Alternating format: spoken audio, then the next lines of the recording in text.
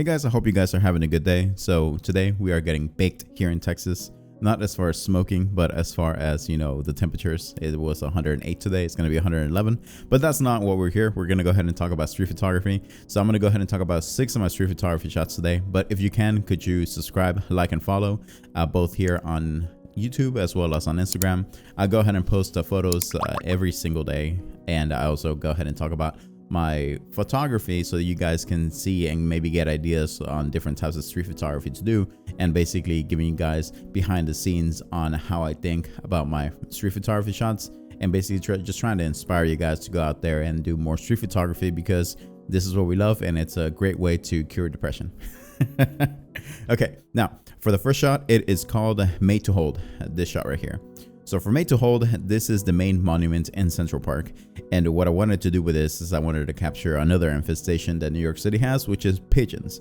So for these pigeons, I ended up capturing them on top of this statue. This statue right here is actually right in the very front of the monument. Like, it's obviously like at the very ledge looking up and everything. And just the pigeons on it, it just makes it look so majestic.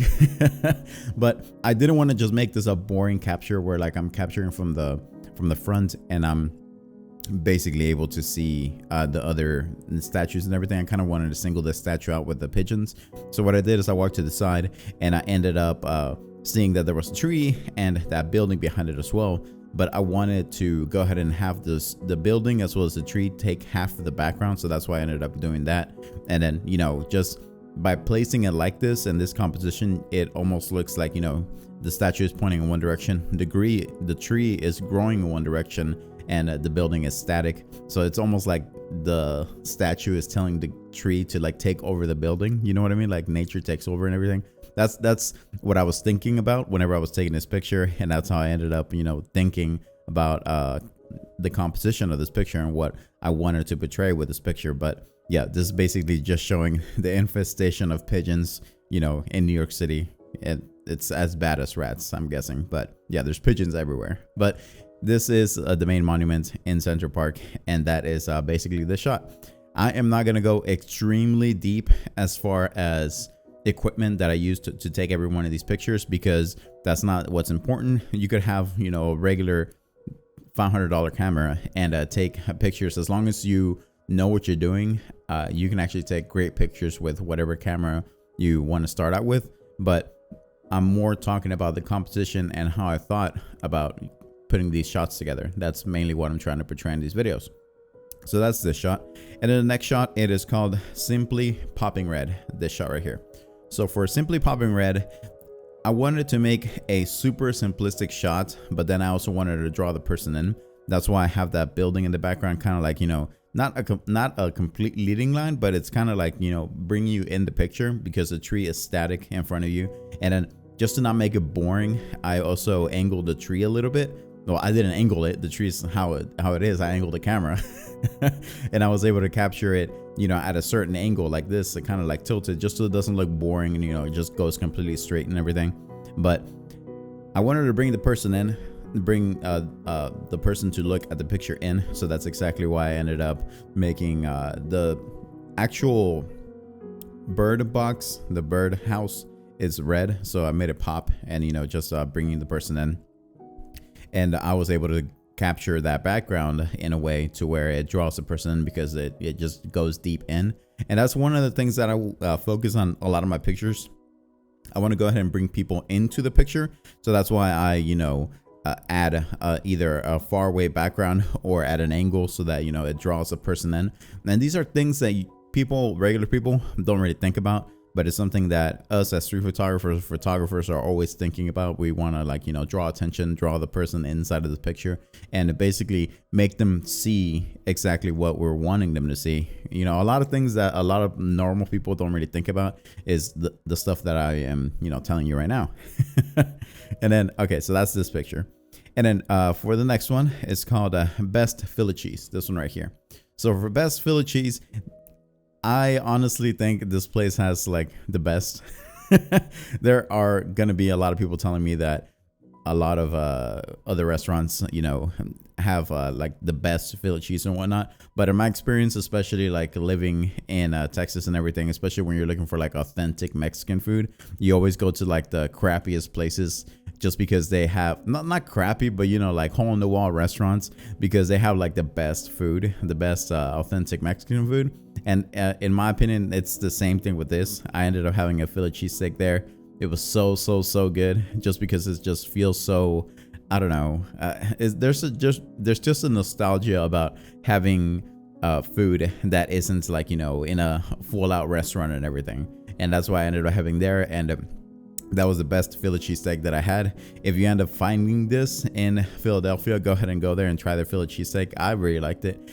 But there's also other restaurants that have really good Philly cheesesteaks, but they're not like, just like regular. They also add like a whole bunch of like cheese or different types of ingredients and whatnot. But as far as authentic, I really liked this Philly cheesesteak right here. But for this, I wanted to capture that depth again, drawing the person in. The main subject in this would be the actual Philly cheesesteak shack. But what I wanted to capture was that there's people having a conversation on the side right there, and there's also a person that's actually looking at me while I'm taking a picture, but they're just looking at me like, oh, what is he doing? And like, oh, this is just taking a picture or whatnot. But I just wanted to capture that realism. That is one thing that I focus on my street photography a lot. I want to capture that realism. So that's why I ended up taking a picture like this. And I just really liked that they were like having a conversation. You don't really see that often. Most people, whenever they are walking by one of these places or whatnot, they don't really stop and talk to the person. But I just thought it was like really unique that, they're actually talking on the side right there, having like a legit conversation. I was there for a while, so I know that he wasn't just passing by. He's actually like having a conversation with this person. And then, there's a whole bunch of people walking around. So the street photography in like that downtown area of Philadelphia is really, really good. Okay, so now for the next one, it is called Waiting. This one, really simple. So what I really wanted to capture in this was that love sign in the back corner right there. So this love sign, there is like that, they don't call it downtown, they call it something else, but in Philadelphia there's like that center area. There's like a park, I think it's called Love Park right there, and it has like a big love sign, which is this sign that is on this picture. And I wanted to capture that with this photo. So I was just waiting there. I was basically fishing, which is where you stay in an area. You really like the scene and everything that you see in the background. And you want to go ahead and wait till a subject walks by or sits down in this case. And you want to capture that. So that's basically what I ended up doing in this. I ended up waiting for somebody to walk into frame, and they ended up sitting waiting for the bus. And then whenever I saw this person walking in the background with an umbrella, I was like, okay, this is perfect. I'm going to go ahead and take a picture of this. And it's going to be, the person that's in the background, they're actually drawing you towards the love sign. So it wasn't for them. You wouldn't really like automatically look at it. But since you see a subject back there walking by, you're like, oh, okay, so there's a person back there. And then you see the love sign. You're like, okay, so that's, part of what he's trying to take a picture of. And then, you also see the person right there in the very front, just sitting and waiting for the bus to come by. But what I really wanted to capture in this photo was that love sign in the back. But it's kind of like making steps, right? So it's like the subject in the very front sitting, and then it's the subject walking by that leads your eyes towards the love sign. And that is basically the shot. Okay, and then the next one is called Art Lives On. So Starry Night, which is by Van Gogh, is everywhere. People are putting it in umbrellas. People are putting it on they're having exhibitions of it where you can literally go to a room that has like projectors putting it all over you, so you can have like that Van Gogh experience and everything. That people have been selling out these exhibitions and all these things, but this whole thing comes from Art Lives On. So he himself, Van Gogh, he wasn't rich or anything like that.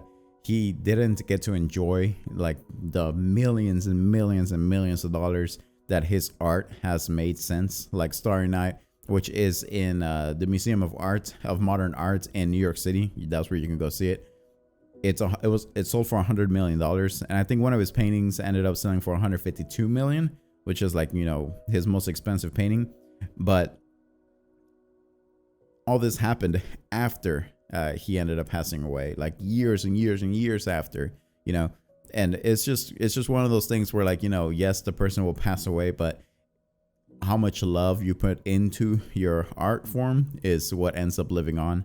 And that is so inspirational for me, especially because I'm a person that loves to go out and do street photography and, you know, capture like basically like modern people and everything, and capture like basically everything that you see as far as like modern society. I like to capture it, and the daily life. And it just works out because, you know, far in the future, somebody could actually happen and see my actual photos and then be like, okay, well, you know, this is how people used to live back then. It's pretty cool. And it's just one of those things that, you know, yes, you will pass away, but the art itself will just keep on going. And maybe, you know, somebody down the line will be really inspired by the type of art that you are, you know, putting out into the world. So whenever I saw this, I was just like, okay, this is pretty cool. So I ended up capturing this. This is actually on Benjamin Franklin Parkway, leading towards the Museum of Art in Philadelphia. So there is a dog in the background, but, you know, super blurry, so that's not the main subject, obviously. The main subject is supposed to be the umbrella with her holding it, and then I ended up adding that extra subject on the right, just so that you guys would be able to get your eyes drawn in. So kind of like building, like, you know, steps, like in that last shot. So it's like, you know, there's a subject that has, you know, nothing to do with what I'm actually trying to portray, but it just adds something else to look at.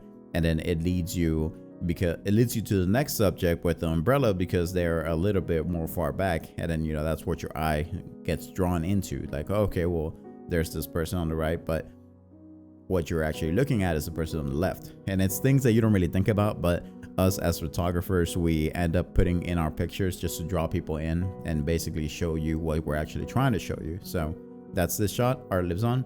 And then for the next shot, it is called Traditional Meets Modern. So we're back to Munich, Germany.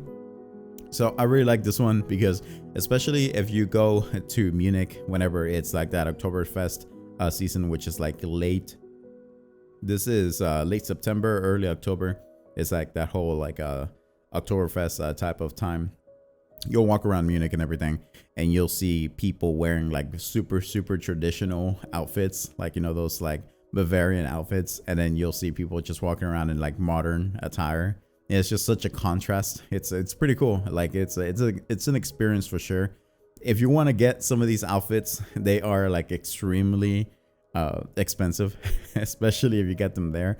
Honestly, if you're gonna go to Oktoberfest and you want to wear, you know, these type of Bavarian outfits, it would be best if you bought it like months and months ahead of time, and not in Germany, maybe like somewhere else, because they are extremely expensive in Germany. But this shot specifically, I ended up putting them right in the middle. So this right here, this whole picture is actually a bus stop, and people are waiting for the bus to come by, right?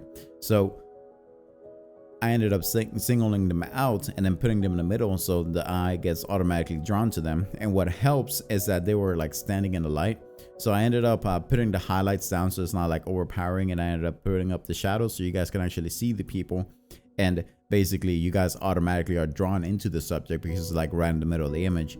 And the people that are both on the right and the left can't be seen clearly.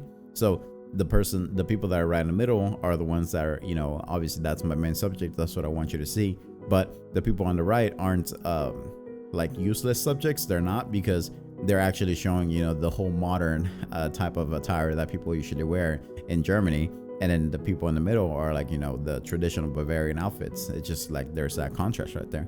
But that's basically what I wanted to show this image. And I ended up fixing it. I ended up putting the composition in a way to where they were in the light and then everybody else was in the shadow, and it ended up working out. But that's this shot right here, Traditional Meets Modern.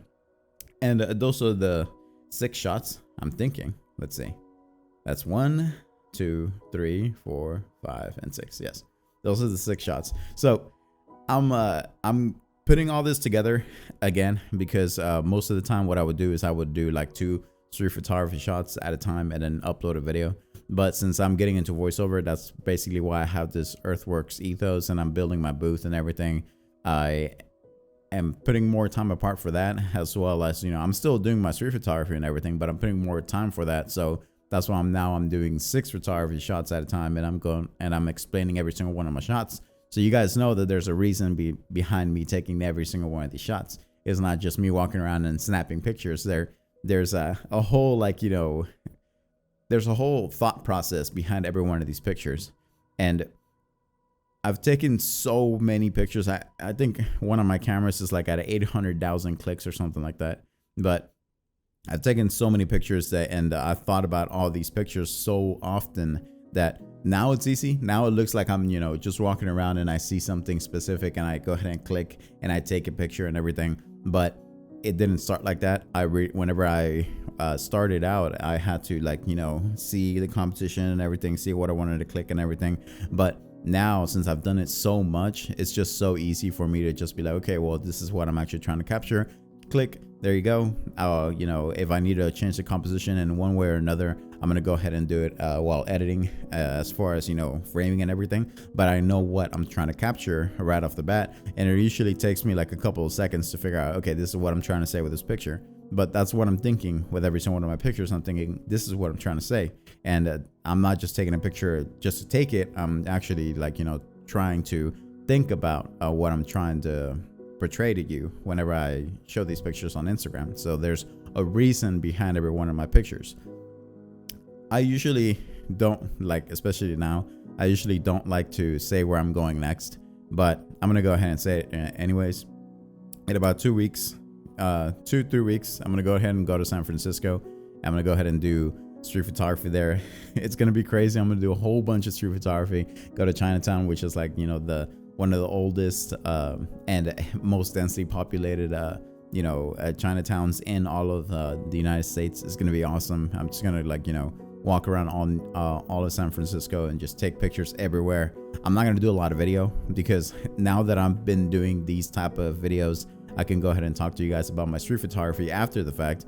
But whenever I'm there, I'm just going to focus on doing street photography, walking around, enjoying myself and everything. And then, whenever I come back, I can go ahead and tell you guys stories and tell you guys about my experience and everything. But I like this whole format of talking to you about my pictures instead of, recording video and then you seeing it and then, that's it. I feel like a deeper connection talking about my pictures instead of, just putting up a video or something and then it being completely forgotten. Because one of the reasons why I'm also doing this is because I can go ahead and do street photography and whatnot, and then in future generations people can come back and maybe they see my work, they see my street photography, and they're like, I wonder what he was thinking whenever he posted this, or whenever for this print or whatever. And I want people to go back to these videos that I'm gonna have on YouTube and on Instagram and whatnot, and hopefully YouTube doesn't get destroyed or something. But people can come back and see my videos and then see, okay, so this is what he was thinking, this is the whole reasoning behind this specific photo, and this is what he was trying to portray. And it just makes it so much easier for people to understand what I'm actually trying to say with my street photography. So there you go.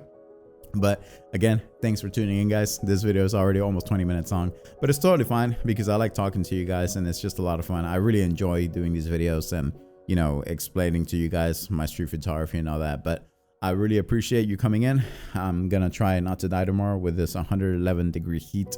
I ended up taking my dog to the park and he was out there for 10 minutes and then he's like, nope, we're going back home. It's a pretty bad here in Texas right now. But I hope you guys have a good night, and I'll go ahead and catch you guys next week.